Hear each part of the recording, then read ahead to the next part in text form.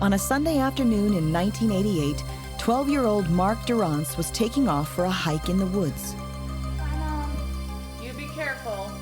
While his mother Debbie finished up in the kitchen and his father Bobby worked out in the yard, Mark set off for a little adventure. Mark had been repeatedly warned by his parents that the woods were infested with rattlesnakes, but that didn't stop him from exploring the area. Today, he was about to discover how important his parents' warnings had been. It was a sudden strike, the snake's fangs piercing his pants and breaking through his flesh. As the snake's poisonous venom surged through Mark's body, his legs became numb, refusing to hold his weight as he fell helpless to the ground. Mark's home was 150 yards away, too far for him to crawl and too far for his parents to hear his cries of pain. If he didn't get help quickly, the poison would attack his blood, destroy vital organs, and Mark could internally bleed to death. Facing certain death, the young boy then experienced an amazing event. He suddenly found himself back in his home, 150 yards away from the spot where he lay paralyzed a moment before. As soon as he hit the floor, I ran over to him, and I pulled off his shoe, and there was this huge, absolutely huge, purple mass that was already coming up on his foot. With their phone out of order, his parents' only hope to save their son's life was to drive him to the hospital, 17 miles away. I knew we were losing him. I had his mouth to my cheek, and there was very little breath, and I knew that we were really pushing for time, and I knew we had to get him there. But several miles from the hospital, Bobby Durrance's truck overheated. Mark's father tried to flag down passing cars, but no one would stop. In a panic, Bobby carried his son's lifeless body into the middle of the road.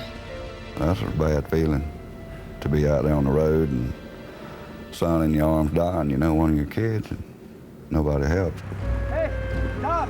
Finally, someone stopped. Bobby loaded his wife and dying son into the car, and they raced to the hospital. Take a minute. Mark's pediatrician, Dr. Susan Short, did not know if the boy would live. He wasn't breathing on his own. He wasn't talking or responding to anything at that time. His blood vessels had just clamped down, and circulation was diminished. This was the worst I've ever seen. Mark was injected with several vials of antivenom, the only hope to stop the poison in its tracks. The only thing left to do was to sit and wait. You feel hopeless. You feel like the only thing you can do is keep that faith, because there's nothing else you can do. It's out of your hands. Even the doctors said it's out of their hands. While his parents waited, they kept wondering how their son, suffering from the severe effects of a snakebite, could have possibly made it through the woods and back home. When Mark regained consciousness 2 days later, he told them the miraculous story of his survival.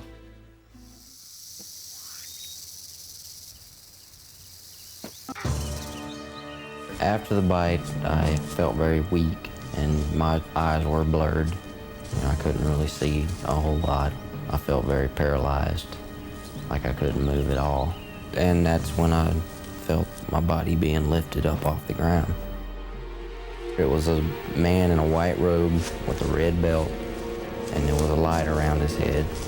And when we got to the stairs, I remember him saying that I was going to be all right, that everything would be fine. Because he was 150 yards away from the house, with a severe bite as it was, and knowing the shape that he was in when I found him on the floor, I knew that he would have never made it. Without some kind of a miracle, he would have never made it. For Mark, that miracle came in the form of a mysterious white-robed man who carried him across a distance he could never have traveled on his own to safety that day. Whoever that figure was, Mark Durrance owes him his life, a life that has been touched by a miracle.